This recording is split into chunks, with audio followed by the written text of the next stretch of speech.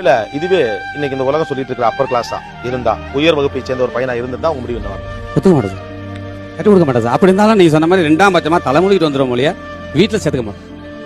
But அப்ப வெட்ட மாட்டீங்கல்ல? வெட்டதுக்கான வாய்ப்புகள் யோசனை பண்ணணும்.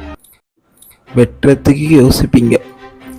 எனக்கு என்ன தெரியுமா ஆச்சரியம் இந்த ரீல்ஸை பார்த்ததுக்கப்புறம், அதாவது நம்ம நாட்டில் எத்தனோ சினிமாக்கள், எத்தனோ பாடல்கள் இதற்கு எதிர்ப்பு தெரிவிக்கிற அளவுக்கு தெரிவித்தாலும் இன்னும் இந்த மாதிரி விஷயம்லாம் நடந்துக்கிட்டு இருக்கு. அதுவே ஒரு ஆச்சரியம்தான்.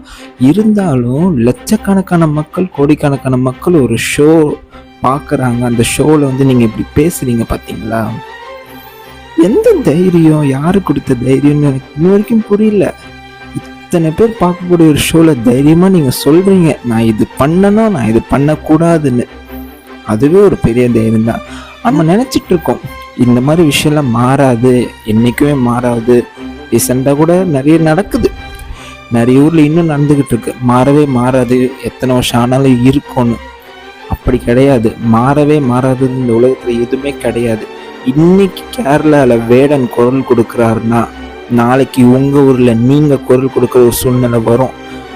அதுக்காக காத்திருங்க. மனிதனை மனிதனாக மதிப்போம், அதிகாரத்துக்கு எதிராக குரல் கொடுப்போம்.